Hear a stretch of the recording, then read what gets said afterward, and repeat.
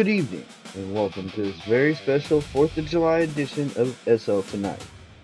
I'm Felix Lebeski, and tonight we present a rare, full-length comic biography of one of America's great presidents, Abraham Lincoln.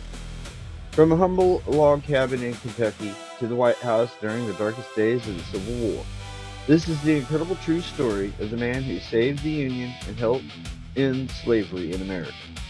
100 pages of powerful storytelling brought to life with narration and an original patriotic instrumental.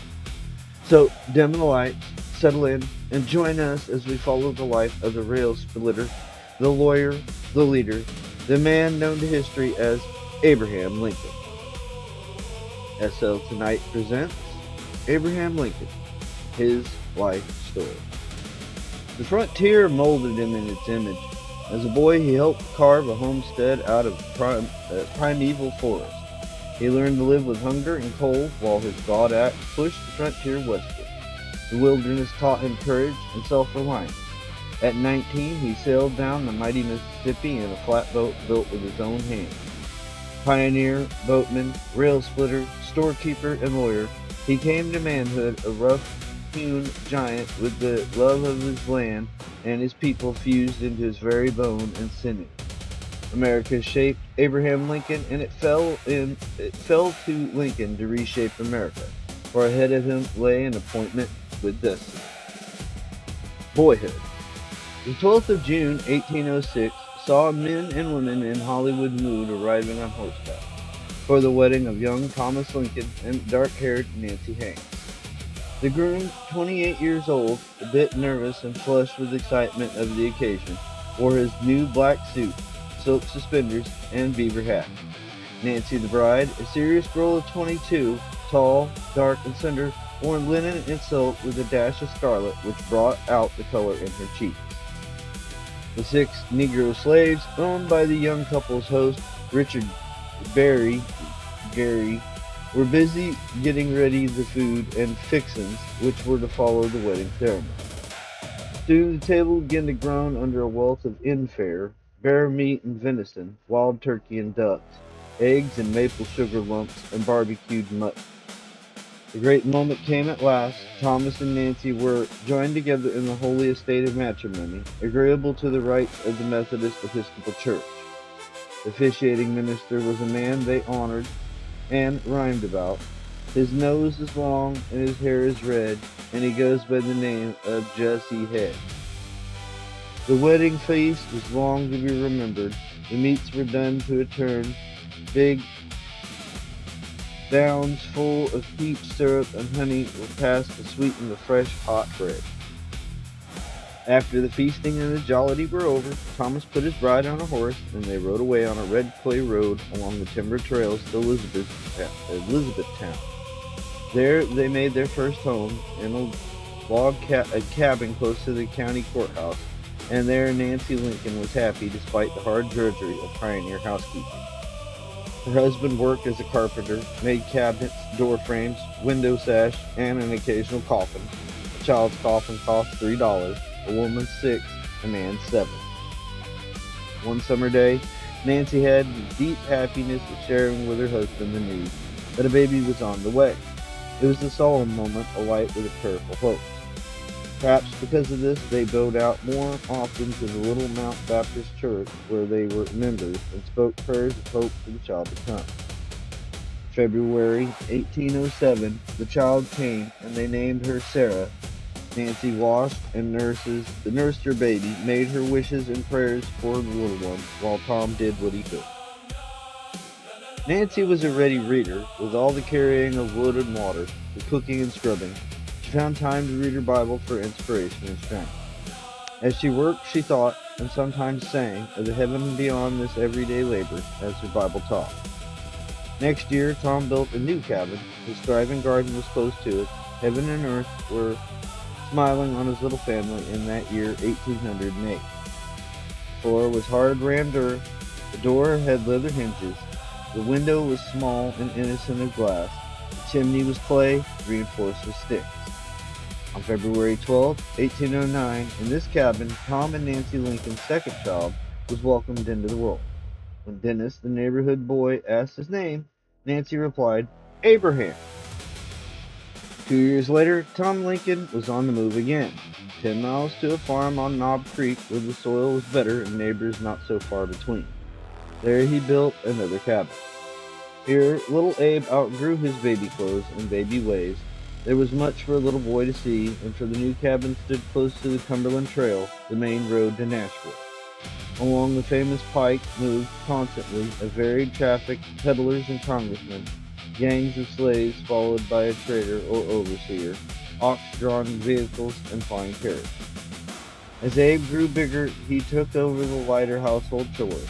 He ran errands, carried water, kept the wood, box filled, cleaned ashes out of the fireplace, and helped outside. Very early in life, Abe Lincoln learned the use of a hoe. Following his father's steps, he worked down the long rows of beans and corn, potato, and onions. Abe Lincoln remembered it all his life. That farm home at Knob Creek with the towering wooded hills and deep ravines hemming it all around, a home a boy's heart could love. Later, Abe recalled how one Saturday he followed other boys planting corn in the big field or dropping pumpkin seeds every other hill and every other brook. The next day a hard rain fell on the hills, none in the valleys, but a flash flood tore down through the ravines and washed out every bit of the new seed. There was a schooling as well as work for little Abe and his sister. Barefoot, they trudged 4 miles each day to attend the one-room, dirt-floored log school. It was called a blab school because the children studied out loud, thus assuring the teacher that they were at work. They learned the alphabet and numbers 1 to 10. Their teachers were as crude as their schoolhouse. One had been a tavern keeper, but they taught young Abe Lincoln to love forming letters and shaping words. It was a love which lasted the rest of his life. Materials were his finger and the dust of the yard, or a bit of burned wood and a smooth shaved chip, or the smoothness of new snow. In the late fall of 1816, the Lincolns moved again. This time they crossed the Ohio into Indiana, traveling with all their possessions and the bright hope of all pioneers. The country was wild, almost certainly unsettled, with no roads but an occasional wheel track blocked by wind-fallen trees. With Abe's help, Tom chopped the way clear. It was land of lonesomeness. The bears whooped and the wolves howl, and the panther's weird scream ended the mournful hooting of the owl. A land of promise and of fear. The Lincolns and their 4-horse team toiled through this wilderness to Little Pigeon Creek, about 16 miles from the Ohio. They were looking for land partly cleared by nature. Here, not far from the creek, they found it. Partly open ground where wild grass grew thickly on a rise, and the breezes reached through the trees. Their new home site. For a temporary shelter they cut many poles. Little Abe chopped them into lengths while his father dug the necessary post holes. Everybody helped. Sarah and her mother dragged more poles for the walls and boughs of the roof. The shelter, a half-face camp, was to have its highest side open, the roof sloped back. Within a very short time the camp was finished. The log fire in front of it radiated heat inside and served as a kitchen. The 3 flimsy walls kept out most of the wind. Winter was upon them, however, and the Lincolns lost no time in cutting and drawing logs for a better dwelling. Little Abe did his full share of the work. Neighbors helped Tom Lincoln lay up the log walls on his cabin, and little Abe's axe was seldom idle during the weeks of building the 18 by 20-foot structure. The stick and mud chimney was important as walls, and a carefully built would serve for many years without much repair. The clay roof was watertight and fireproof. The whole family worked at chinking the log walls with a wattle and daub mortar made of clay and grass. When finished, it would be snug and warm with a loft overhead. One day, before the wall chinking was complete, a number of wild turkeys entered the clearing around the Lincoln cabin. Tom was away on some business. The yard was empty. As the temporary man of the family, little Abe took down his father's rifle gun and shot through a big chink. Fresh meat was important in the Lincoln household. At the slamming report, Abe's feathered target flopped over dead. and the rest of the flock took off with loud yelps of dismay towards the nearby forest. Little Abe ran out to his kill, but as he gazed at the thing which had been a proud and handsome bird only moments before, the thrill of the hunter left him forever. Pioneer life is mostly hard work for small material returns. The Lincolns found this year no different. They cut trees, piled brush, and burned it, grubbed up tough roots. There were many roots for Abe to pick up as he followed behind his father's plow, breaking the newly cleared land. Only thus could the ground be planted and crops raised. Now and then Tom Lincoln took time off to hunt. Bear, deer, wild geese, ducks, and turkeys supplied the meat for the pioneers' table. Pork and beef were too expensive. The roar of wings and darkening of the sky by the flight of countless passenger pigeons was no uncommon thing. At Little Pigeon Creek, the weight of nesting birds broke trees. Geese and ducks supplied both meat and fat for frying. Pine knots and fire logs gave light for the cabin's interior, while nuts were roasting and tomorrow's work was talked.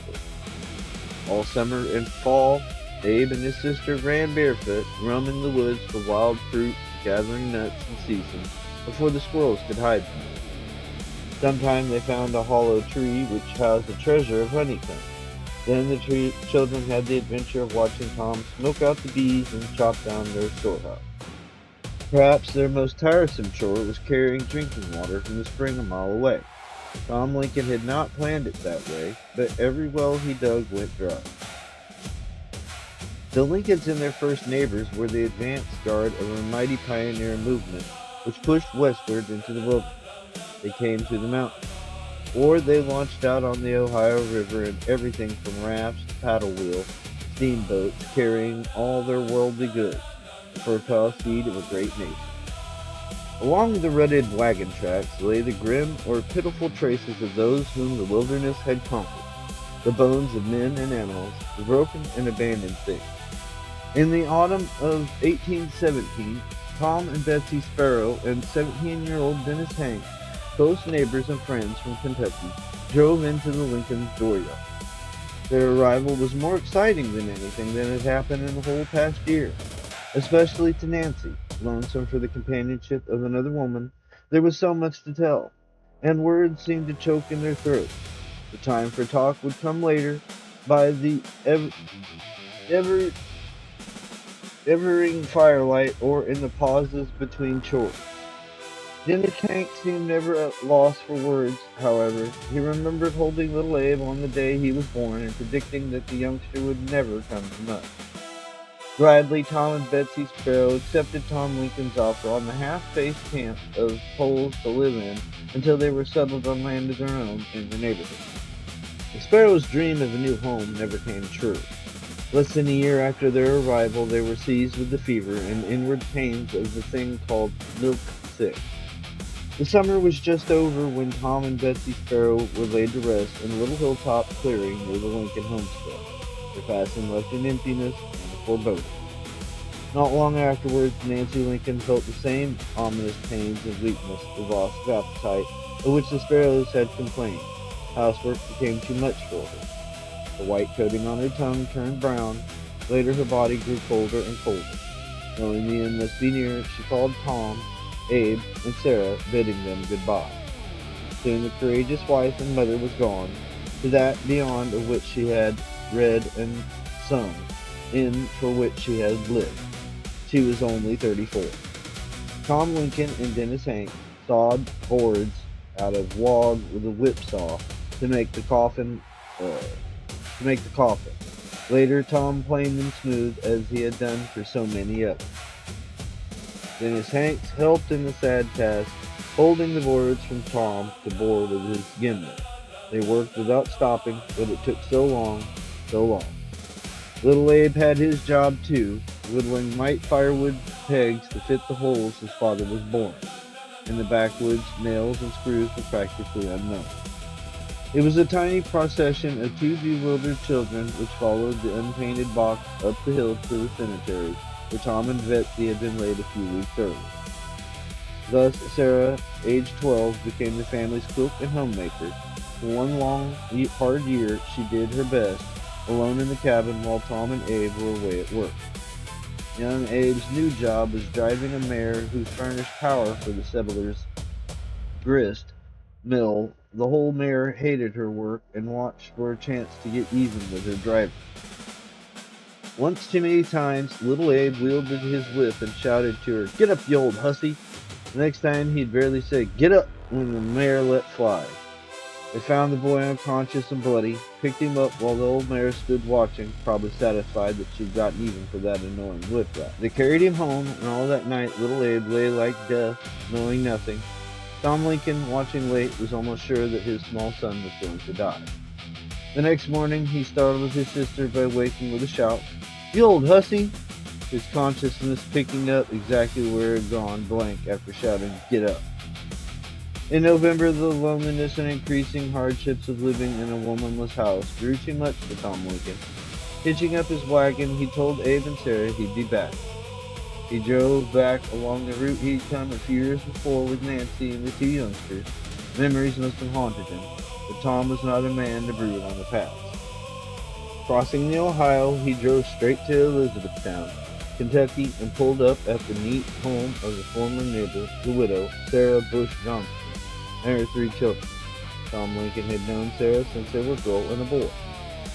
Tom lost no time. He proposed marriage, and then and there, with no romantic thrill. He argued her need of a husband and his need of a wife, with persuasive logic. Sarah, however, had a clear and steady mind which could make its own decisions. She liked and trusted Tom Lincoln. Her acceptance was quite a matter of fact. December was well along when Tom Lincoln and his bride drove up to his cabin with a heavily loaded wagon. The excitement of little Abe and Sarah can be imagined. Tom introduced his children's new mammy, and Mother Sarah's warm, kindly smile broke down any strangeness between them. Abe trusted her from the first. Making the two sets of youngsters feel at home with one another called for much tact. The three newcomers were John D., 9, Matilda, 10, and Sarah Elizabeth, 13. Wild-eyed, Abe and his sister watched the unloading of the wagon. A walnut girl was a marvelous thing, and so was the feather mattress. There was a table and chairs. Little Abe had never before felt the softness of a real feather pillow. Sarah Bush Lincoln understood his wonder and made it another bond between them. Tom Lincoln's cabin had served as living, eating, and sleeping quarters for 8 persons from then on. Abe and his cousin Dennis slept in the loft and liked it there. In her calm, encouraging way and without nagging, Mother Sarah put her husband's talent as a carpenter to work, building new furniture, putting in a wooden floor. At 11, young Abe was going to school again. Tall for his age, he wore the usual deer hide pants, moccasins, and coonskin cap. The schoolhouse was 4 miles away. Here, again, the teachers were always men, wanderers who usually came to spend the worst winter months teaching the little they knew in exchange for food and other trades.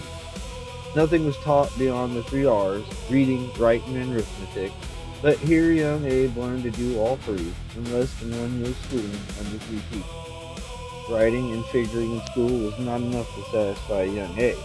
He got his cousin Dennis to make him some ink from home use and wrote his name over and over in his thumbnail. Reading books was his first interest from then on. Often when he went out to work in the fields, he would take one along to read while he was eating cold corn dodgers.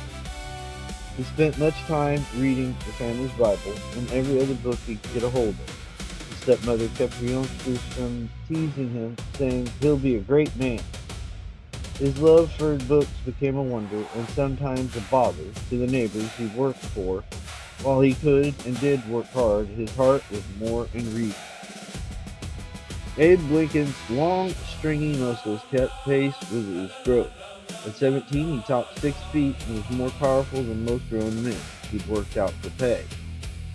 His habit of taking a book along with him once cost him 3 days' work to pay for a book that Rain had ruined, and Abe, the book lover, did not begrudge the price.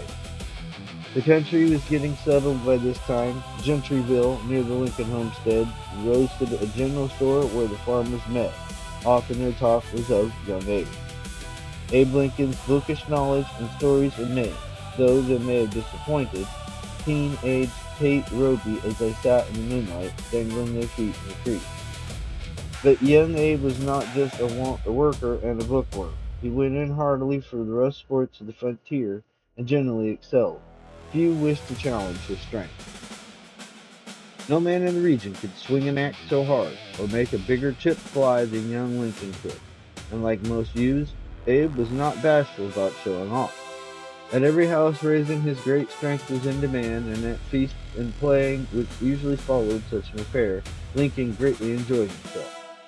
Sometimes a gathering of local youths resulted in a free-for-all fight, and if injustice were involved, the injured side could count on young Abe Lincoln's support.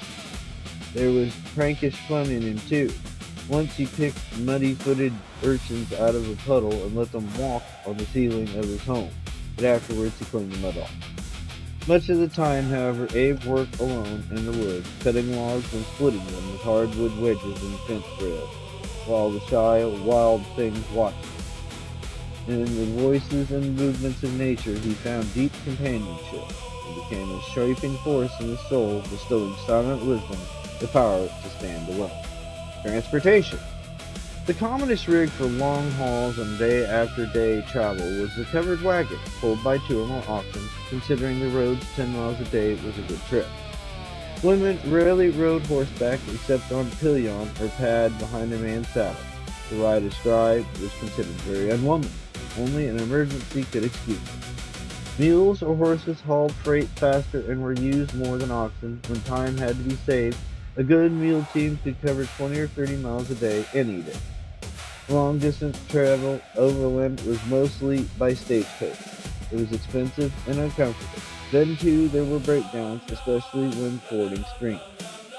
Up and down the great Mississippi and Ohio rivers, wood-burning steamboats plied. They carried both freight and passengers, huge paddle wheels turning. Railway travel was just beginning to cut into the profits of the stagecoach line.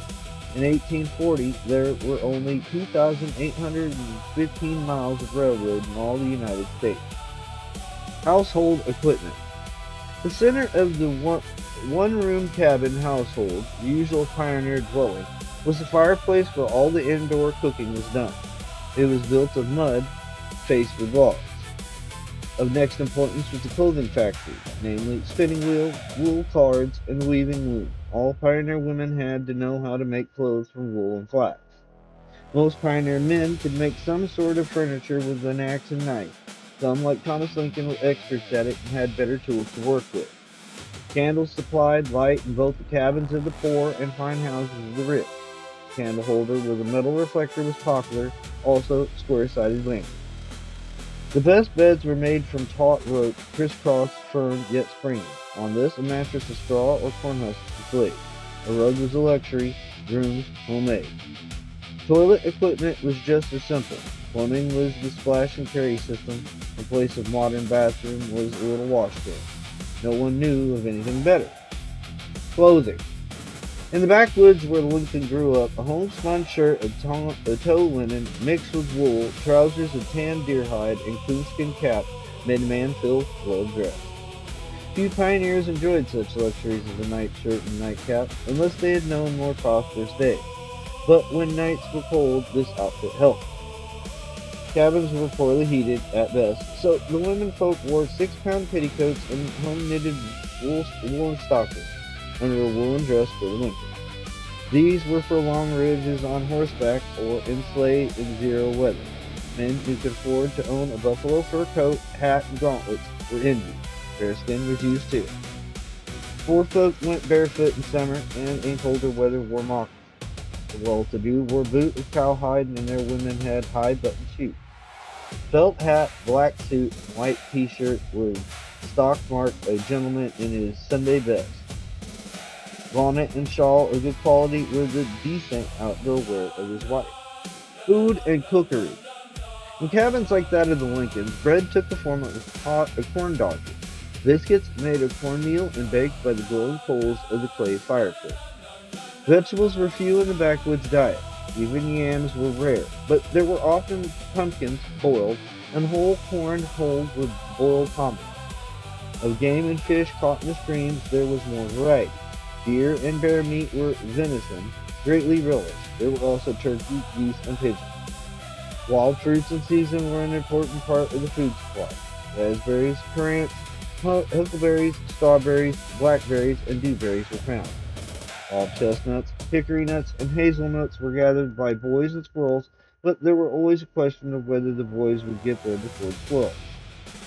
Sweets were mostly wild honey taken from hollow trees, syrup boiled down from the sap of maple trees, and sometimes a loaf of hard cane sugar from the store. Architecture. Most pioneer homes, stores, and churches were built of logs, cheapest, handiest material, byproduct of clearing the land. Notched at the ends, they locked. Stovepipes were unknown, and such stoves as there were could be found only in town. This made the mud and stick chimney fireplace of first importance. Roofs were covered with shakes, which were thin slabs of straight-grained wood split from chunks of an axe. Since nails were lacking, they were held on with pegs. Another pioneer method was to cover the roof with sod or clay. This required stronger supporting rafters and had the disadvantage of sifting dust down overall.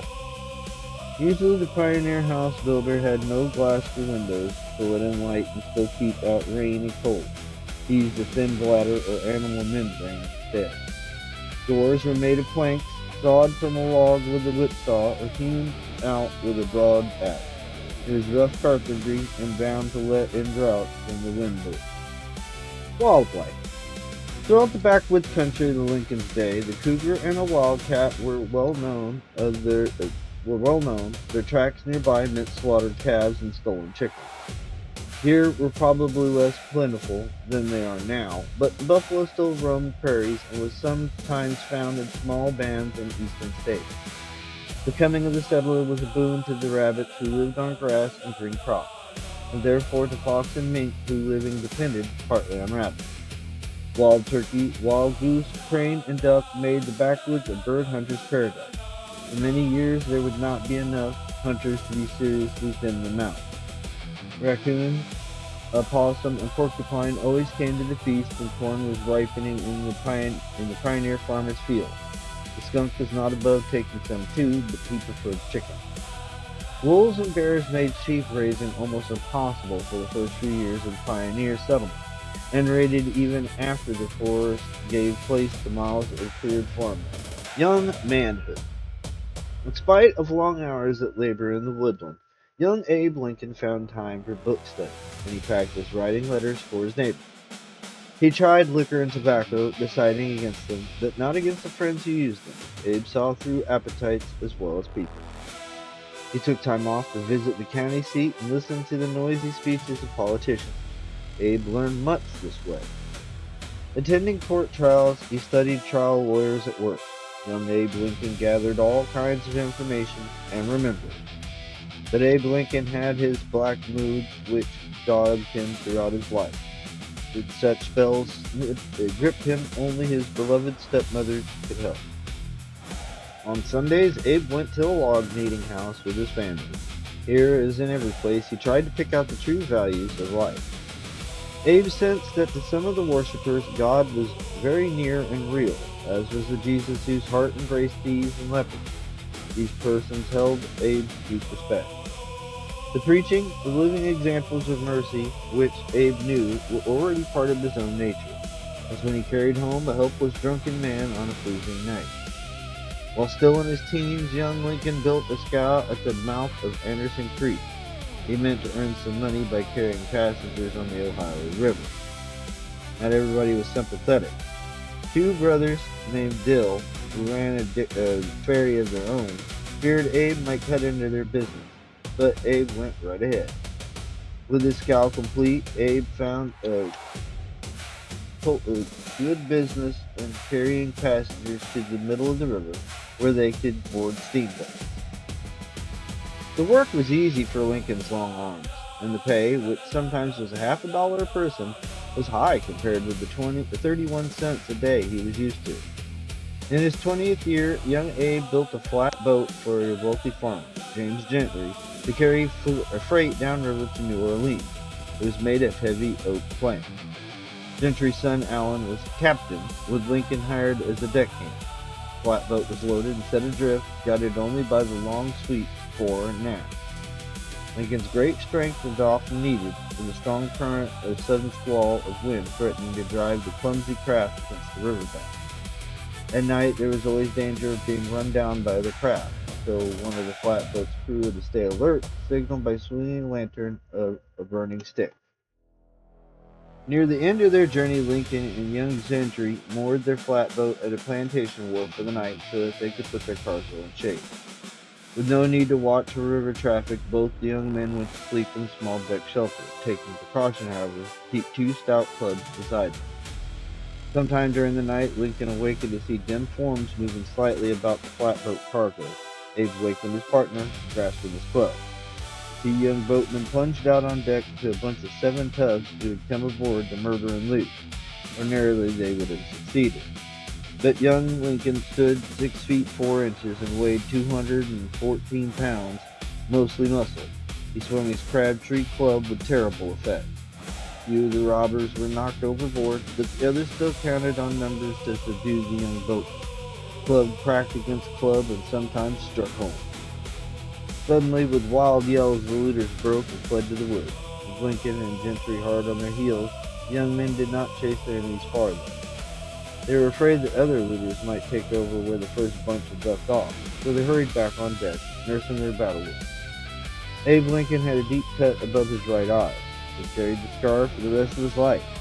He paid small attention to it now as they loosed the boat. A few days later, they were among the bustling river and ocean traffic in New Orleans. Tall, seagoing vessels rode at anchor, paddle-wheeled steamers chafed against the dock. The business of selling their upriver cargo was soon finished, and the young men were ready to go sightseeing in great Creole City where all the world met. Sailors from every busy port of the globe rubbed shoulders with Creole merchants, country youths, pickpockets, slaves, carrying burdens on their heads. The $8 a month plus fare home was not being paid to Abe Lincoln for sightseeing. After a glimpse of the city, he and Allen were homeward bound. On his return, his clothes were the worse for wear, but his mind was filled with all he had seen.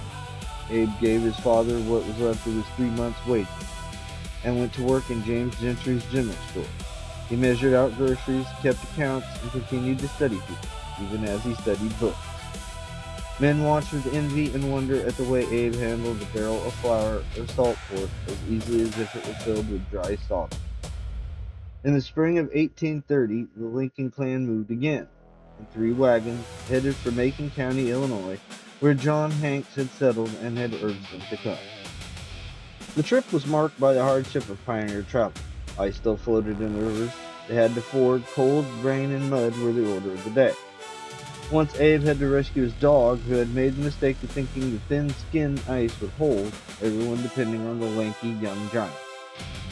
At last they reached the section which John Hanks had chosen for them, on the Sangamon River, some 10 miles from the town of Decatur. Rich soil under tough sod. Here the Lincolns built a log house, a barn, and outbuildings. Later they cleared some land, fenced it with split nails, and planted their first crop. But young Abe's heart was not in farming. He had one great secret ambition, cherished since childhood, to one day become President of the United States. In between rail splitting, plowing, and planting, he practiced speech making. His audience, the stumps in his stump lot, or trees still untouched by his pioneer act. 1 year after reaching voting age, Abe made his first political address at a gathering in Decatur. He urged improvement of local waterways. But young Lincoln was still a farmer, still a long way from the start of his chosen career. The winter of 1830-31 found him fighting blizzard after blizzard. Rain froze on a smothering 4 feet of snow, which had drifted to greater depths.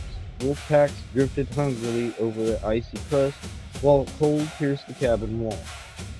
Livestock, both wild and domestic, waited for the slow death of freezing and the quick death brought by sharp fangs.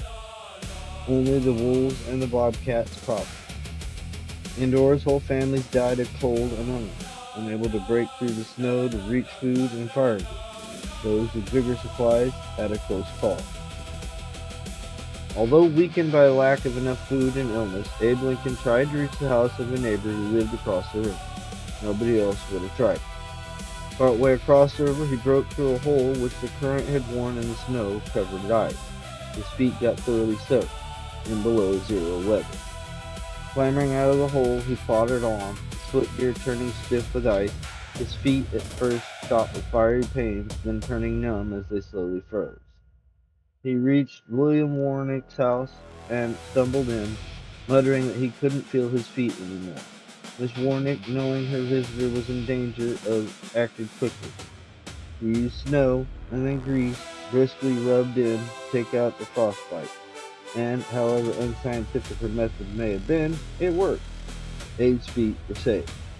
When the floods that followed the melting snow gave way to mud, Tom Lincoln and his kin moved out. They had enough of the country where such deadly winters were possible. Abe did not accompany his family. He was already a young man of 23, and he saw a chance to cut loose, once and for all, from stop-and-go pioneering. A year later saw him and John Hanks building an 8-foot flatboat of planks sawed from trees they had cut themselves. They were under contract with one Benton of Offutt. Offutt was a likable backwoods businessman, but taken to drinking liquor and making wild promises. He had a plan for Lincoln and John Hanks. Young Abe knew the man's character, but he liked Offutt just the same, and agreed to help take cargo down to New Orleans, $12 a month pay. About the middle of April, Abe and his mother's cousin, John Hanks, and his stepbrother, John Johnston, pushed off down the Sangamon with their load of pigs, pork, and sacks of corn. All went well until they reached New Salem, where the flatboat overran the mill dam and stuck there with a full third of her length hanging over open air. Water lapping over the low sides began to fill the forward end, and some of the cargo started to jam up there. The flatboat tilted, stern up, bow down, while Abe puzzled. Between young Abe Lincoln's brains and his brawn, the problem was solved, but not easily. Unloading a good part of the cargo along the dam was work for a giant. The next step was the easiest. With an auger, and Abe bored a hole in the forward end to let the water out, relieving the imbalance. John Hanks hadn't thought of that.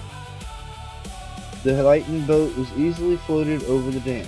Then a wooden plug was put in the auger hole, which would let the water out, and the admiring crowd remembered it for history. As Lincoln's flatboat neared the mouth of the mighty Mississippi, more boats of all sorts were on the river. What would it be like at New Orleans? The answer was a mile-wide mass of flatboats, moored gunwale to gunwale, heaving gently on the tide. Lincoln's craft was forced to tie up to its outer edge. Abe's long legs made short work of the trip to shore. He had little money to spend, but he was hungry for new sights, new facts to store up in his active brain. The sights which most impressed him on this trip were those of the slave market, where human beings were sold like cattle to the highest bidder. He promised himself, if I ever get a chance to hit that thing, I'll hit it hard. How hard he would hit slavery, as president, Abe did not foresee. Returning home to New Salem, Abe Lincoln kept store, studied English grammar, and learned how to write legal papers from his friend Justice Bowling Green. In March 1832, he got into politics.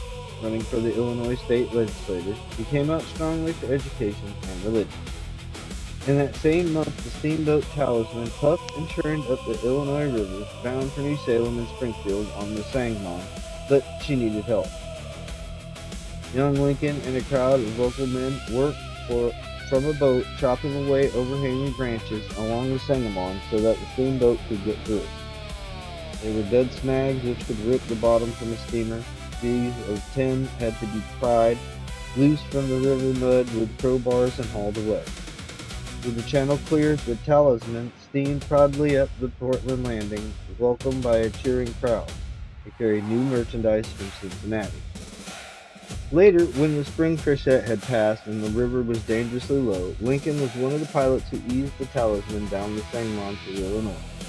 The following month, excitement struck little New Salem in the form of a writer from Governor Reynolds bearing news of war. The Indians had risen. The messenger read aloud a call for 400 volunteers from Sangamon County, the Fox and Sauk tribes, he said, were on the warpath under Chief Black Hawk.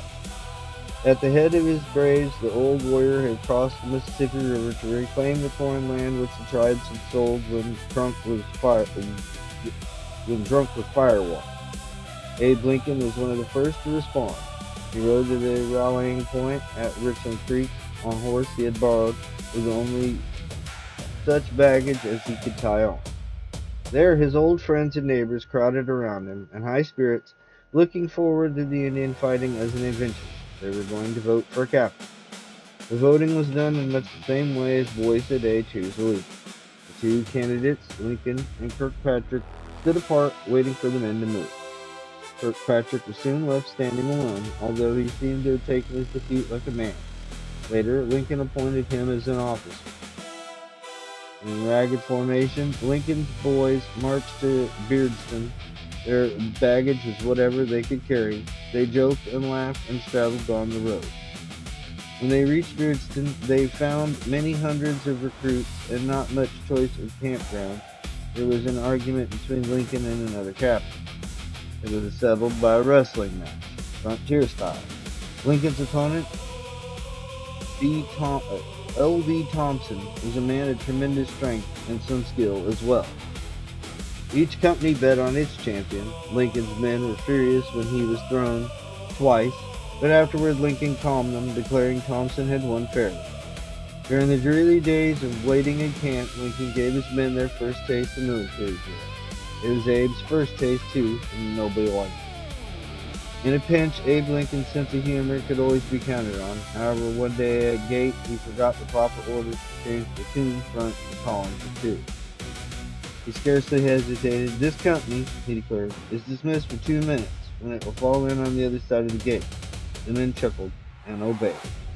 By the end of the month, muskets and bayonets were issued to the recruits, and the hope of real action stopped most of their grumbles.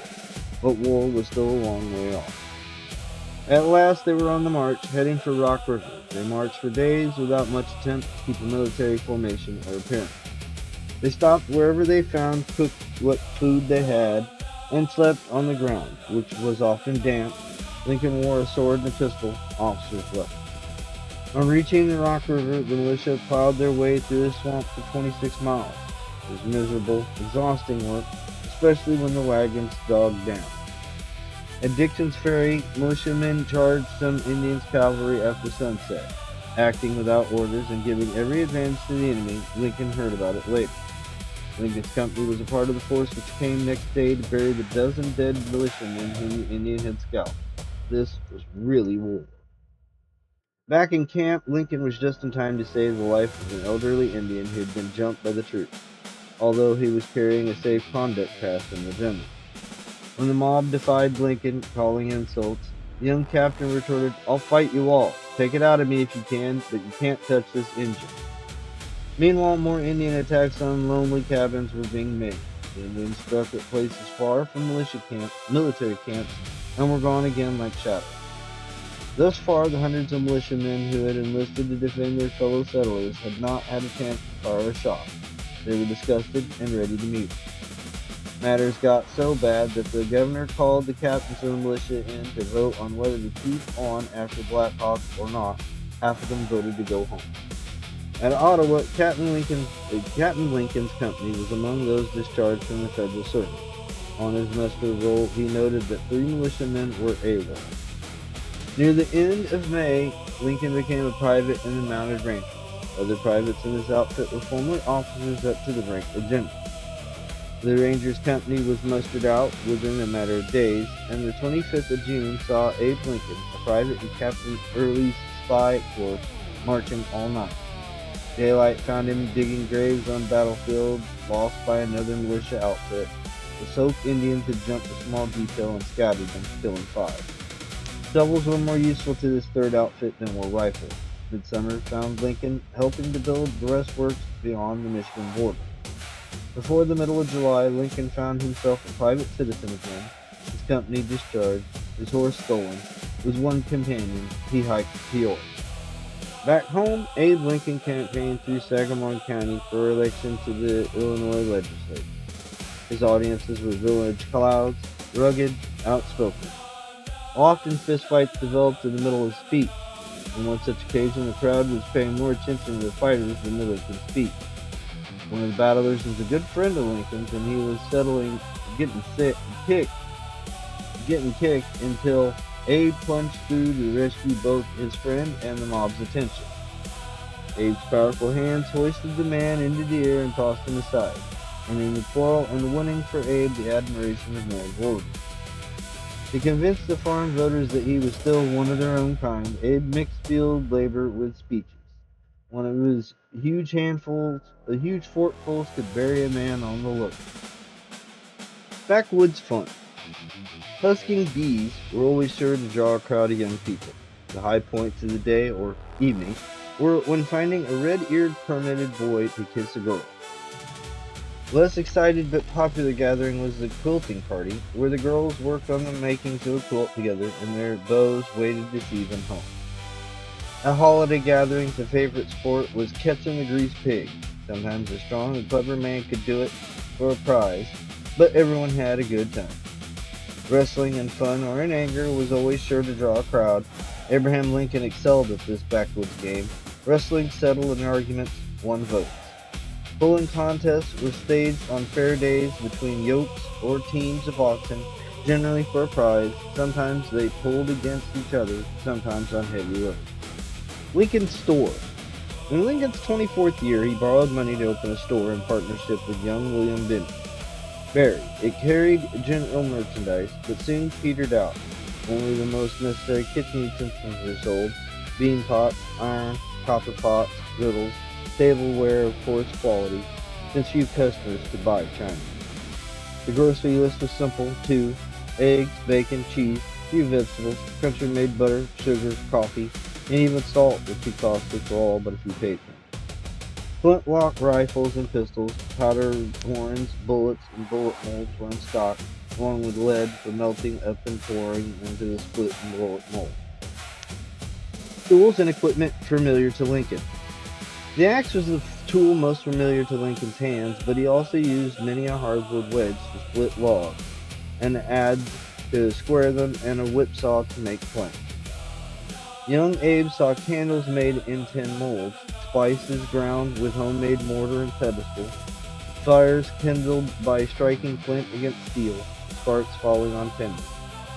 Many a mile young Lincoln trudged behind an old-fashioned, often-drawn plow made by some local blacksmith and carpenter. He sold such plows in his short-lived store. A frow was better than any axe for splitting shakes and shingles from a block. Other simple but much-needed tools of the pioneer were planes, drawn knives, and augers. Among the necessary household items were steel yards and butter churns. The churns were keg-shaped and had a curved disc attached to a stick removed through the lid. The ox yoke was homemade, like the black snake whip, whose lash could cut like a knife in the hands of an expert. Shoe plates were fitted on the split hooves of oxen. Townhouse furnishings. The furniture of Lincoln's Springfield home was typical of the better townhouses of the period. Much of it, like this parlor table, was graceful and pleasing. Pair-back chairs and rockers like these were upholstered in hair cloth, black horsehair woven tightly. The material wore well, showed no soil marks, and was very slippery. Cast iron stoves were just coming into style, placing the fireplace for space heating in well-to-do homes. They were highly ornamented and likely to crack.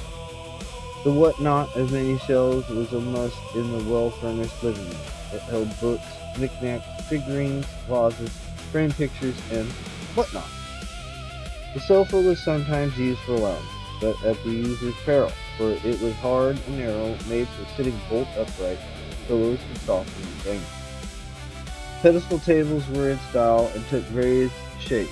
They were made locally to order. Sometimes they had one drawer, sometimes two, sometimes none. Genteel clothing. Well-dressed men often wore the Prince Albert coat with or without matching trousers, a silk waistcoat, bow tie or silk stock, short jackets for proper tips. Ladies' dresses were mostly plain colors with high necks, long sleeves, and billowy skirts. These were the days of trendline, a stiff linen and horsehair, and the hoop skirt. This elegant ball dress was plain compared with some seen at Lincoln's inaugural ball. They trailed on the floor, and walking in one was an honor. A man's greatcoat or overcoat was rather snug-fitting, and the cut very different from today's.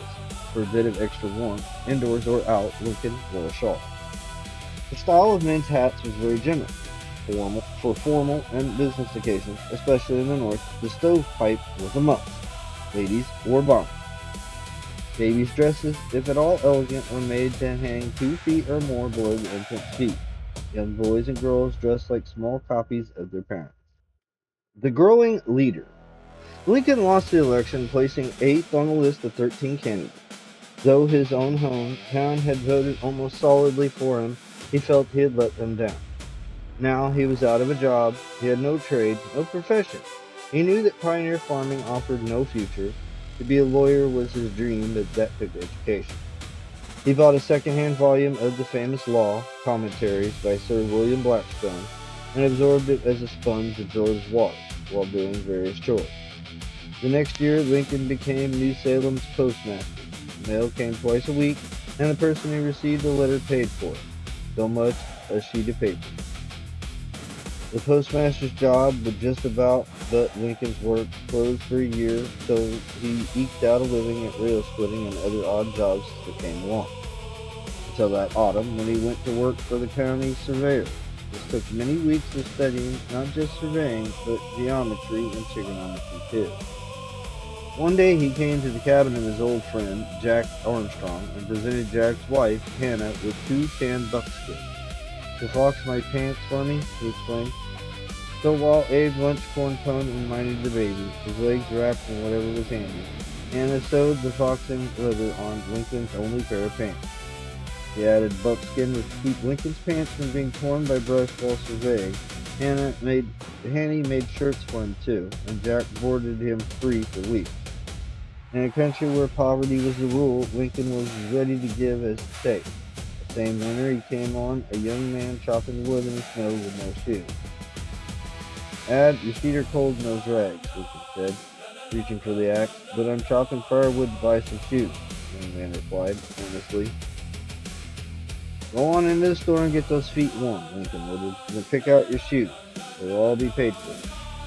Lincoln became known for the accuracy of his survey lines, but once, while plotting the new town of Petersburg, Illinois, he deliberately ran one line wrong by several feet. "McGuire," he told the boy who was helping him, "if I run the street right through, it will cut the end off this poor widow's house. So I skew the line a bit and miss it." In between surveying jobs, Lincoln helped storekeepers and did odd jobs. He always preferred waiting on men and avoided women, especially young. There was one exception, however. As often as he could, when home from long surveying trips, he visited the 2-family log house of the Tamrong and the Rutledge.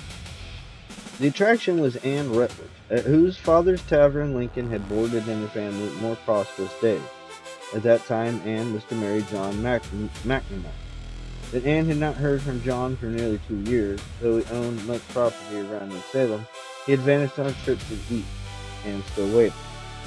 In those 2 years of silence from her fiancé, there is no doubt that between Anne and Abe Lincoln a deep and warm understanding had grown. Anne needed friendship. They could have been in love, but Abe had only debt, while John McNamara owned much property, and the vanished John had not released Anne from her promise to marry her. History records no love scenes or cherished letters between them, only that they meant a great deal to each other and that their neighbors honored them. Abe did not miss a chance to hear Anne sing. There was one hymn she sang which was his favorite, a hymn which spoke of fond ambitions held in check. At this time, Lincoln again became active in politics, along with enough surveying work to barely keep him going. His chief opponent was Stuart, and he beat him. In 1834, he was elected to the Ninth General Assembly with more salary than he had ever earned before. He borrowed money for a decent suit of clothes and a stage fare. The stagecoach brought Lincoln to Vandalia, the Illinois state capital, a frontier town of 800 population with only a handful of frame buildings as yet. Here he shared a room with Stuart, his erstwhile opponent, and here, among other Whig partisans, he met the little giant, Steve Douglas, later his rival for the Senate. Stephen A. Douglas was a young man to remember, a brilliant, forceful speaker, a fiery personality. He was very short of stature and thick-set with a large head. December 1st, the House met in a big room that ceiling plaster had fallen from in patches. Most of the congressmen were young farmers, some were lawyers. Lincoln served on a number of committees during that term and made speeches which never failed to hold his hearers' attention. At least once he had them all laughing hard. By mid-February, he was back at New Salem working at surveying, but the young politician still needed money to pay for his board and keep. Anne Rutledge had gone to work for a neighboring farmer to save money for the tuition of the Jacksonville Female Academy. Like Abe, she had ambition and love of learning. Neither she nor Abe Lincoln had much time for visiting. It was 7 or 8 mile ride out to the farm for him, but sometimes they managed to meet together. That summer, an epidemic of fever and ague, or malaria, struck the New Salem district. It came upon farmers in their fields and housewives in their kitchens. Abe Lincoln did not escape the sickness like his neighbors. He dosed himself with bitter cinchona and boneset brew and other more violent home remedies. They brought Anne Rutledge home, shaken with chills and fever, and put her to bed. They had called the doctor. Neighbors brought word of it to New Salem, miles away. Her illness did not follow the familiar pattern. She sank steadily, wasting away. The doctors could think of nothing to turn the tide. Anne's cousin came on horseback to tell Abe Lincoln that she was worse, and he had better come quickly if he wanted to see her again. It might be the last time. Abe rode back with him, and they let him see her alone. The heartbreak he felt when he saw what sickness had done to her could only be guessed. Probably they did not say much to each other, because their understanding went deep, and probably they both accepted the fact that this was goodbye. Less than a week later, they laid Anne Rutledge to rest in Concord's Frontier Cemetery, and nobody remembered seeing Abe Lincoln among the men. Abe's mourning was a private matter, but McGrady Rutledge, the young cousin who had brought him to her bedside, later told that Lincoln took her death very hard. 3 weeks after Anne Rutledge's passing, her vanished fiancé, John McNamara, returned to New Salem with his mother. How the news of Anne's affected him is not known. However, John McNamara lost no time in telling Arne's family and the Camerons who occupied the adjoining cabin that they must move. McNamara owned the place. Lincoln returned to his surveying, his law studies, and his politicking in one fiery talk. He completely squelched an experienced man who had attacked him. He was the tallest of the Whig members from Sangamon County and became their leader. They were jokingly called the Long Knife. Popular, kindly, humorous, keen of wit, Lincoln was still, however, a victim of his own black moods, so black that he was more than once afraid of suicide. Any person or any animal in distress had his immediate sympathy. One day he was riding in his best clothes when he saw a hog stuck in a bog. Yeah, hog stuck in a bog. Thinking of his good clothes, which he could not replace, he rode on, but he could not get that poor hog out of his mind. At last he gave in, went back, and rolled up his pants, waited inactive the animal.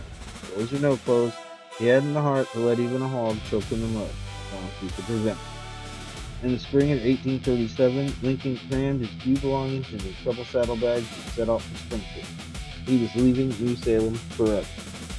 He was leaving a place of familiar faces and bittersweet memories for the unknown life of a large town, and a law practice which was still a castle in the air. On reaching Springfield, he stopped at a store where he hoped to buy some bedclothes on credit, and considering that he did not know the storekeeper, this showed Lincoln's confidence in his own power to persuade. He knew from experience that most people liked and trusted him at first sight, and so it was now. He told Speed, the man who was later to be his closest friend, that he would pay for the bedclothes by Christmas unless he failed to make a living. Speed agreed, and even went further by telling the homely, gangly stranger that if he liked, he might share his double bed on the floor above, with no rent to pay for the present. Luck was with Lincoln from the start. William Butler, clerk of the circuit court, offered the young lawyer free board at his home for as long as he wanted. Lincoln had plenty of work, as it turned out. In partnership with his former political opponent Stuart, he occupied an office of sorts over the circuit courtroom. Lincoln took every kind of case, ranging from suits for divorce to property deeds and business documents. The murder trials, he handled most of them alone. Because Stuart was away most of the time, campaigning for Congress against the little giant, Stephen A. Douglas. It was a bitter political fight. Twice they clinched in well-matched rough and tumble to the delight of the crowd. The last time, Douglas bit Stuart's thumb. In the winter of 1841, Abe Lincoln, once more in the state legislature, was introduced to pretty Mary Todd by her aristocratic brother-in-law, N.W. Edwards, and that first meeting broke up his peace of mind. Mary Todd was a good catch for any man of culture. She had learned graceful manners at finishing school, and she spoke French. In Abe's eyes, she shone like a star. And of course, the homely country lawyer could not help contrasting himself with her, and with the social world where she was so perfectly at home. He brooded over her. For several days he kept to his room, eating little or nothing, gripped alternatively by lovesickness and despair. He grew pale and thinner than ever. He could not rest. But Lincoln came back to improve his acquaintance with Mary. Whatever agony it cost him, sometimes she was pleased to encourage him, for she really liked this homely man. She could light up his world with a smile of pleasure, which was to him a royal compliment. She was as vitally charming as Abe Lincoln was awkward and self-conscious. But her temper could, and did, flare like lightning out of the blue sky, and her swift, biting wit could stab at weaknesses with unfailing air. They became engaged and quarreled. Mary Todd's was a world of parties and social functions, which Lincoln, busy and awkward, could seldom share. They made up again and again because they were truly in love for all their differences. Before the date set for their wedding, Mary and Abe called the whole thing off. Lincoln was plunged into gloom. He walked alone, wondering whether he loved her or not.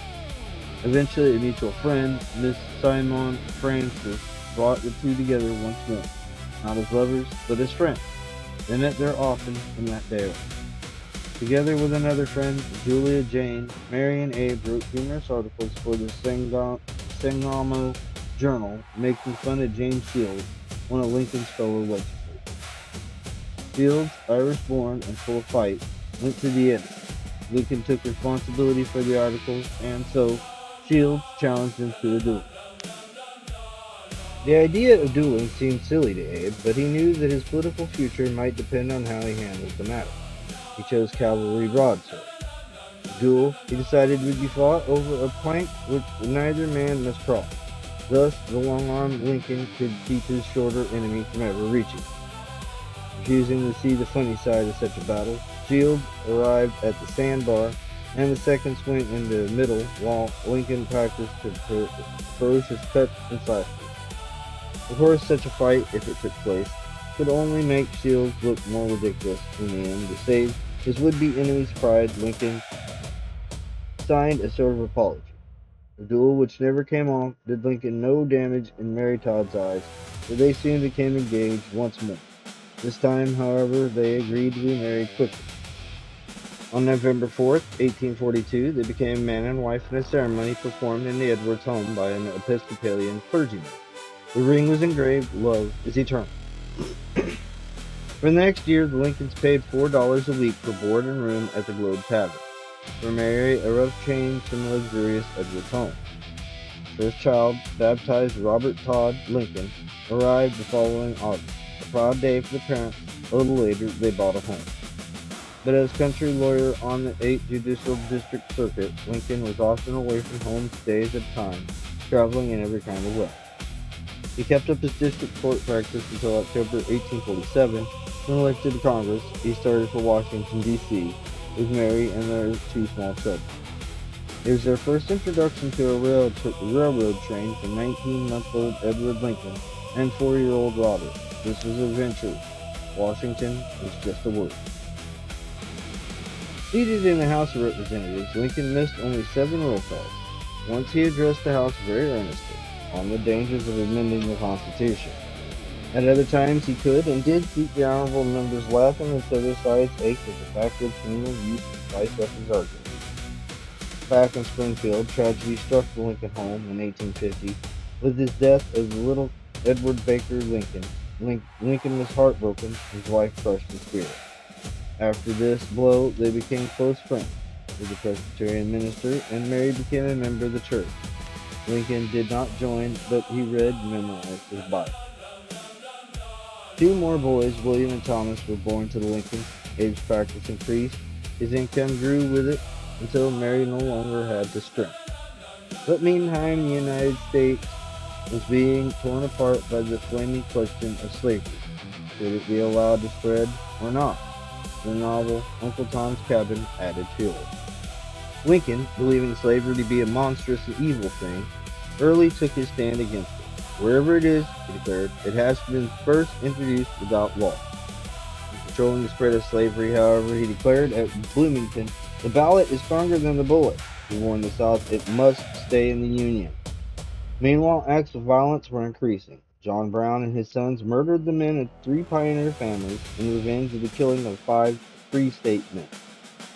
The regular army had to be called in to control riot and murder in the state of Kansas, where pro-slavery and anti-slavery parties were battling it out. Cresting the waves of this political storm, the Little Giant, Stephen A. Douglas, and Honest Abe Lincoln opposed each other for the United States Senate. Douglas declared that the people of the United States territory should do as they please on the subject of slavery, and that each state should mind its own business. Lincoln pointed out that slavery was tearing America apart, morally and politically, and that the Union could not continue to exist half-slave, half-free. On Election Day, Lincoln received over 4,000 more popular votes than Douglas, but Douglas was supported by a majority in the legislature in this election. Although angered by election results, Mary Lincoln was by no means discouraged. She had long believed that one day her husband would be president. The neighborhood, small boys not concerned with Mr. Lincoln's political future, looked on him as an old friend, one with whom it was safe to play jokes. Once they stretched a string which took Lincoln's topper off, and there was a rain of legal papers, letters, notes, and whatnot, for Lincoln kept his office in his hat. As he got down to collect the papers, the gang swarmed over him and pretended to attack, yelling and laughing, and Lincoln laughed with them, loving every young scamp. Far away from quiet Springfield, gunfire punctuated the red-hot slavery question. Aging, insane John Brown and some young followers captured the United States arsenal at Harper's Ferry, Virginia. Few white slave owners were seized, and their frightened slaves, he and the bearded madman, saving that this day all slaves would rise up and be free. 2 days later, on October 18, 1859, Colonel Robert E. Lee and his U.S. Marines put an end to the bloody raid which had cost 15 lives. John Brown was hanged. Well-noted anti-slavery writers and preachers declared John Brown a hero. Lincoln, in speech after speech, condemned the raid, though he shared their hatred for slavery. More and more of the country came to know of Lincoln's name and his ideals. Newspapers from west to east began supporting him for the presidency. At the Republican convention in Chicago, when Lincoln's name was proposed, 5,000 voices rose in wild cheering. On the third ballot, he won with 231 to 172 votes out of 465. That night, a noisy crowd of friends, led by a brass band, marched to Lincoln home and yelled for a speech. All-night parties celebrated Lincoln's nomination. On the eve of the great day, November 6, 1860, while other crowds were cheering in the streets, Lincoln came home to tell his wife, "Mary, we're elected." In the months which followed, he grew a beard and had a strange vision of himself as dead. He lay gazing across the room into a mirror on the bureau. On February 11th, he stood on the rear platform of the train which was to take him east. With deep feeling, he asked for the people's prayers and said goodbye. On March 4th, 1861, on the platform above the crowd in Washington, Abraham Lincoln laid his hand on the Bible and took the oath as President of the United States. Political leaders. Stephen A. Douglas, the Little Giant, beat Lincoln for the Senate but lost to Lincoln in the presidential election. Douglas refusal to back slavery split the Democratic Party. He upheld the territory's right to choice. John C. Breckinridge, Vice President of the USA presiding over the Senate, announced Lincoln's election. Running against Lincoln, Breckinridge carried 11 of the 15 slavery states, which was most of the South. Abraham Lincoln, the Republican Party's candidate, wise, keen, and kindly, spoke out against slavery and secession. Lincoln spoke to the hearts of the common folk as one of themselves. Those who hated slavery voted for him and won. Flying carriages. The Calash. The Calash is a light four-wheeled, four-passenger carriage with a top which could be folded back. The Victoria. This was two passengers, two-horse carriage with a Calash top, a pleasure vehicle for the well-to-do. The Cabriolet. This was a light one-horse carriage with a hood, seating 2 or 4 persons, later called a cab for short. The Brougham. A light closed carriage seated 2 or 4 persons inside, driver outside, and was built for short terms. The Gig. This light two-wheeler could give teenagers a wild ride, or a mother-in-law a rough one, or a wife a happy outing. The Hansom Cab. Named for J. A. Hansom, its inventor, this cab kept the driver perched behind from peering on eavesdropping. City lighting. Large cities like Washington and Baltimore had a number of streets lighted by gas. They were serviced by lamp-lighters who went around night and morning with ladders and tapers. Old burning hanging lamps like these were used in ordinary public rooms where light, not beauty, was the object. The reading lamp was an elevated reservoir and adjustable for height. Burning coal oil, it was very popular. Earlier than the coal oil lamp, but still in use, was the whale oil lamp. It had narrow burner to conserve oil. Gas lighting was used for the White House and for the homes of the well-to-do. Jets burned with flat flame. Industrial progress inventions. A drilled oil was well invented by Edwin L. Drake, but they were very few and very recent in Lincoln's day. Before that, oil was distilled from shale. Ether, the surgical anesthesia, was just coming into use. The first use was 14 years before the Civil War on William Norton, an American dentist who was responsible for the general use of ether. The telegraph was a new way of sending messages. In Lincoln's day, Morse invented it in 1843. American cotton supplied an important growing industry. The Civil War almost stopped its production. Baseball was invented a quarter of a century before Lincoln became president and was first played in New York. The Confederate submarine was captured during the war. It was never used in actual attack, but at least it worked. Townhouses and federal buildings. The United States Capitol building, Washington, D.C., was not yet finished when Lincoln was first inaugurated. This is the home bought and furnished by Lincoln in Springfield, Illinois, in 1856. It was enlarged to 2 stories. This Lincoln entertained lavishly. This courthouse at Metamora, where Lincoln practiced law on his circuit, was typical of the time. The Olden Times building in New York City was a landmark even in the year 1860 when Lincoln became president. Ford's Theater, now restored as federal property, where Lincoln was shot, was then flanked by a drab wooden building. The Presidency. This was the man whom the people of the United States had chosen to pilot the ship of state through the coming hurricane of political and perhaps military warfare. Just 2 weeks before this, in Montgomery, Alabama, Jefferson Davis had been sworn in as President of the Confederate States of America, up to now numbering 6. On March 5th, Lincoln got word that the Union garrison at Fort Sumter in Charleston, South Carolina, had only a month's food left. On March 28th, the cabinet advised food be sent. But before food and supplies could reach Sumter, Confederate guns opened fire on it. For 33 hours, they kept it up through storm and rain. Holding out longer without food, without help, could have done no good, and offered terms of surrender. Major Anderson took them and marched out with honor. On the 15th of April, 1861, President Lincoln sent out a call for 75,000 volunteers to put down the armed rebellion of 6 southern states named. The answer from the people of the northern states was swift and enthusiastic. Urged by religious, social, and political leaders, young men rushed to the north. On the 17th, Virginia left the Union, and the next day the arms factory and fort at Harper's Ferry was captured. The United States Navy Yard in Norfolk seemed likely to be captured by the rebel forces, so the commanding officer ordered 30, 30 million worth of war material war material blown up. Colonel Robert E. Lee, against slavery and against leaving the Union, could not bear to fight against his native Virginia, so he resigned from the United States Army. From the panicked rout at Bull Run until bloody Antietam, a little over a year later, the Union forces were dogged by bad luck, although there were no great battles.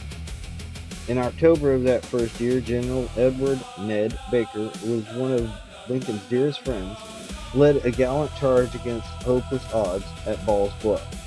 At the end of the day, Lincoln was with General McClellan when the telegraph clicked the name of General Baker, killed in action.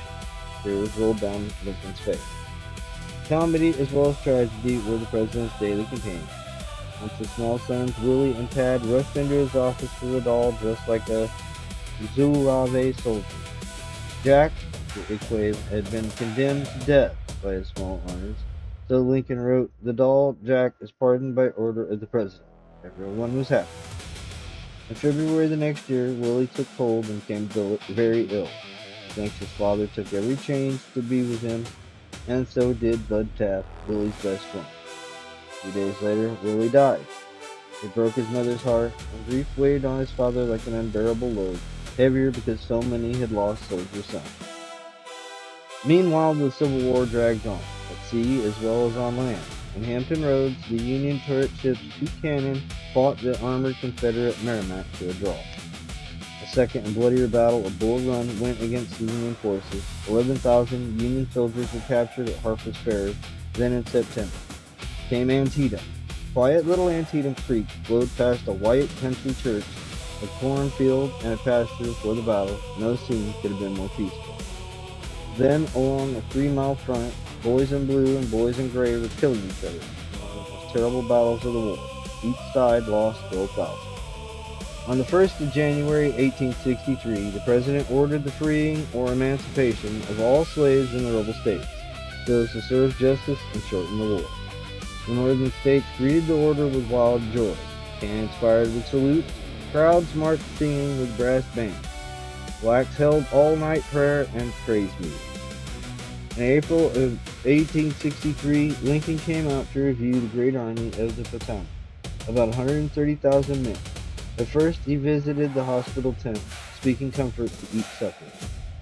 With General Hooker, Lincoln watched from the reviewing stand as the greatest body of cavalry in the world tramped past, banners whipping, officers' sabers at salute. The awe-inspiring sight had its comical interruption. Little Tad Lincoln, uniformed as an orderly, came dashing past, the slow-moving ranks splashing them with mud. Back at the White House, Lincoln reviewed a far different group, men and women who had been waiting to see him or to ask him for help, at noon 4 times a week.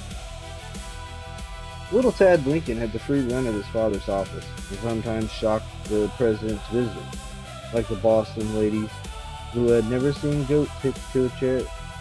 Lincoln loved all children, and no child ever felt strange in that homely man's arms. In fact, one small miss told her father that the president wasn't ugly, but beautiful.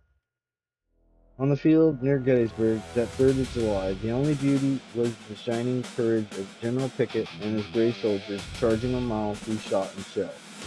They stormed the stone walls, what were left of them when they got there, raised their battle flags over Union positions, and then, outnumbered, were driven backward. The boys in blue lost 23,000 men in those awful 3 days at Gettysburg, and the men in gray lost 28,000, killed, wounded, or missing. Lee's army retreated at last.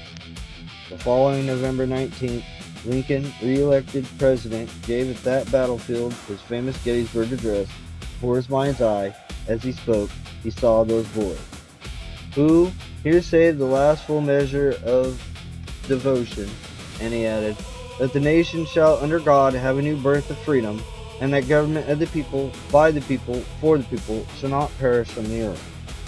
One human life was a thing of priceless value to Lincoln, and someone waked him at night telling of a boy to be shot for sleeping on sentry duty. Lincoln wrote a note, and then dressed and carried the message himself to the War Department to make sure that the boy would not be shot. He did not believe shooting would make any man better. Of his own life, Lincoln was far less careful. One night, as he was riding alone towards the grounds of the soldier's home, a would-be killer sent a bullet through his hat.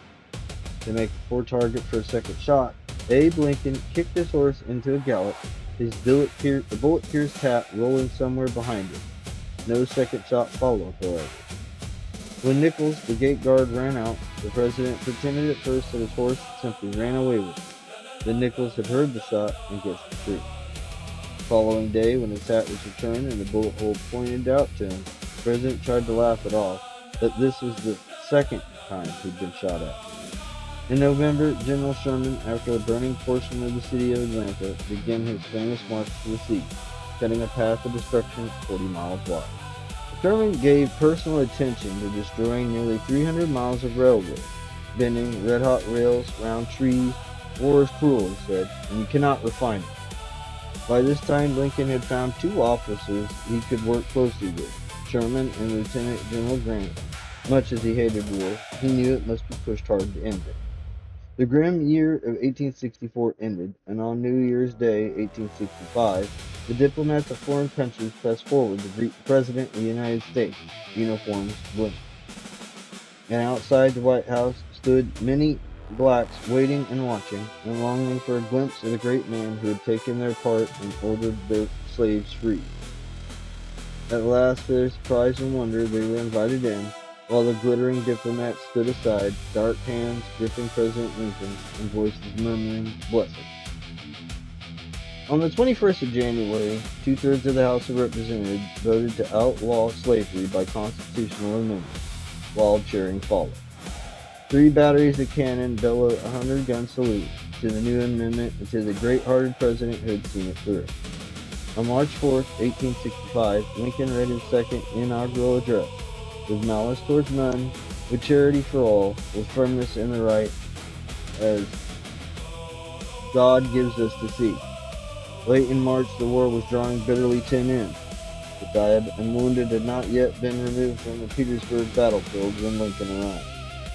Worn and saddened by the war's countless miseries, Lincoln rode past the rows and heaps of men in blue and men in gray, as if he felt that each of these boys were his own king. Visiting the hospital tents at City Point, Lincoln brushed aside the army surgeon's protest and entered the tents of the sick Confederate prisoners. "That is just where I want to go," he replied, and he went down the long row of hospital cots, stopping at each to take the hand of the suffering enemy soldier.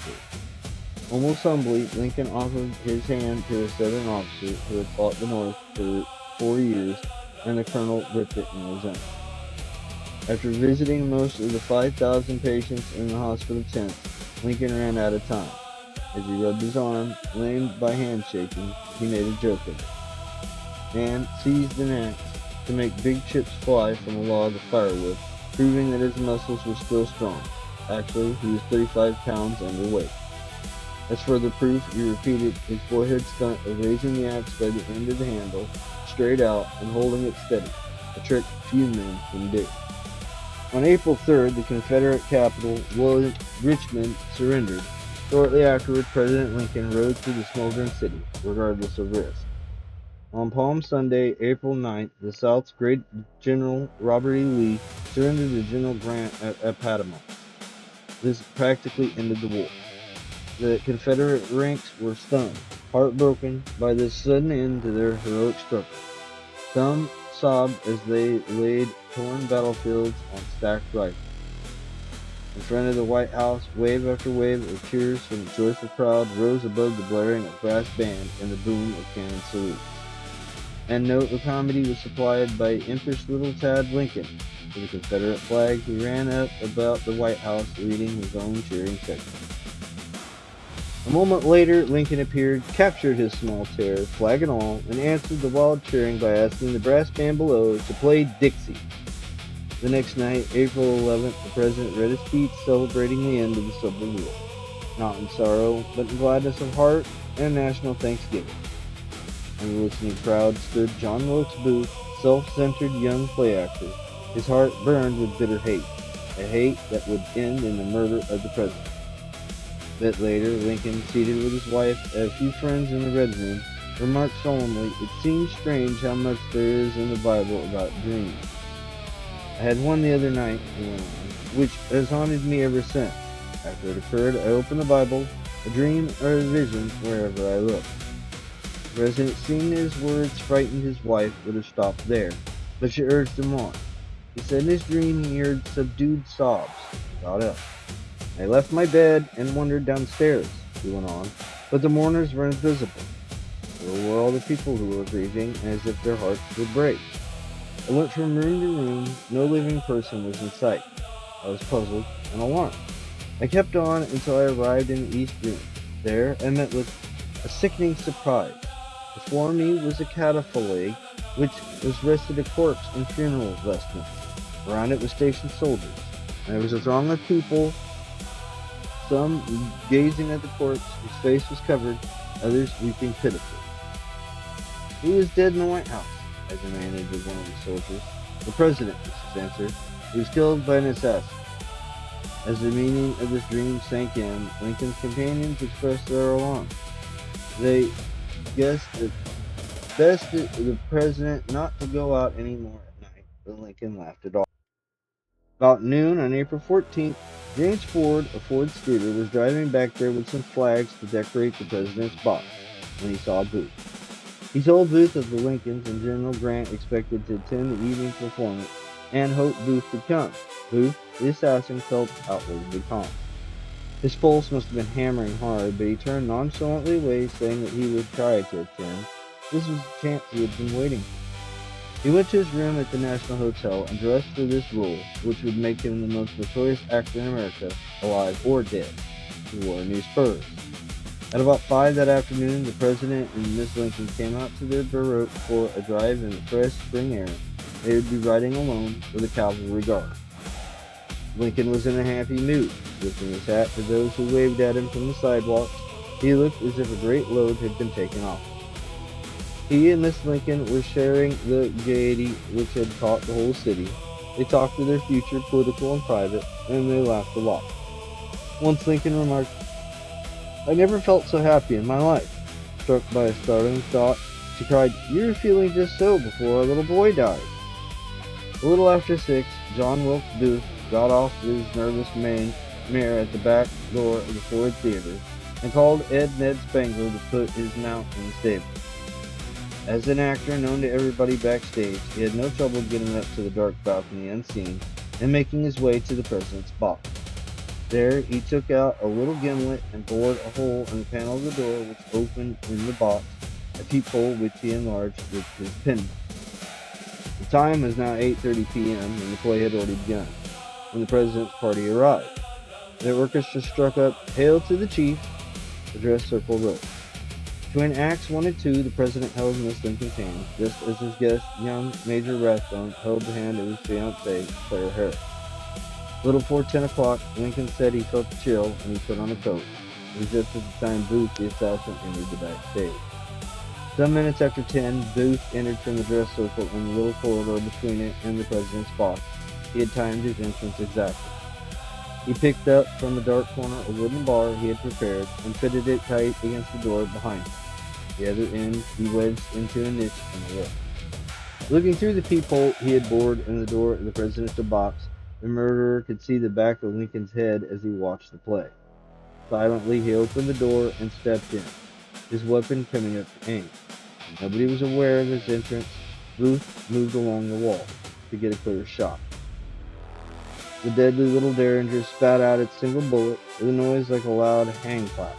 Even those in the box hardly noticed the sound. But Booth's lunge towards the ledge of the box was blocked by Major Rathbone. In the middle of his hand, a knife flashed, driving deep into Rathbone's arm. Evading Rathbone's good right arm, Booth swung himself over the ledge of the box, dropped to the stage below, one of the new spurs tangling itself in the draped flag. With a cry of revenge for the South, he dropped, carrying the flag and landing awkward. His ankle snapped, and it all happened too fast for people to understand. Booth scrambled up and passed the petrified actor Harry Hawks at a hobbling run. Major Stewart climbed out of the orchestra, shouting, "Stop that man!" Major Rathbone, bleeding badly, got loose the bar which held the corridor door shut. He yelled to the jamming crowd outside to let no one but a doctor through. In a few moments, a young army surgeon, Charles Leal, entered the box. Dr. Charles Leal entered the box, as Lincoln sobbed hysterically. "Oh, doctor, is he dead? Oh, my dear husband." Leal had the president laid flat on the floor. He found a bullet wound in the back of the head. Looking up, he said, "Yes, the wound is mortal." And back in Illinois, they brought the sad news to the president's stepmother, who said, "I knew when he went, he would never come back alive." Next day, the day before Easter, bells in every city of the North began tolling the death of Abraham Lincoln. Now, as Stanton said, he belonged to the ages. Lincoln's last journey. Lincoln's last journey began when he was carried, dying, from Ford's Theater to a private house across the street. While the nation mourned, the martyred president lay in state in the east wing of the White House as he had dreamed. Black horses with black plumes drew the casket in solemn procession through the streets while men wept. Slowly his funeral train moved across the states. Briefly, he lay in the Springfield home where old friends met. At last, the remains of America's best-loved president came to a rest in a simple vault at Springfield. In words so few. The broken metal of war has rested quietly on the earthen carpet at Gettysburg. It is November 19, 1863. A few months ago, the greatest battle of the Civil War was fought here. Its dead had been laid to rest. The soft rain is falling this day, and the people have gathered to hear their leaders speak to them from a crude wooden platform erected on the battlefield. The leader sits and listens with great admiration as the main speaker delivers 2-hour oration. But there is despair in his heart also, for his own speech is but a few sentences in length. He wonders whether so few words can express to his people what he must tell them, that their sons have not died uselessly here. Now the great orator has finished his beautiful speech. The applause is thunderous. The leader gets up, walks to his speaker's station. One thought keeps panicking. How long will such a puny speech live in the thoughts of his country? Nevertheless, he begins. 77 years ago. And that brings us to the end of this special 4th of July presentation. The full life story of Abraham Lincoln in comic form. From a poor frontier boy to the 16th President of the United States, Lincoln's journey reminds us of the power of perseverance, honesty, and standing firm for what is right. His leadership preserved the Union and helped bring freedom to millions. Thank you for spending this time with us on SL Tonight. I hope this story left you with a deeper appreciation for the man and the country he helped shape. Drop your favorite Lincoln quote or moment in the comments. I read every one.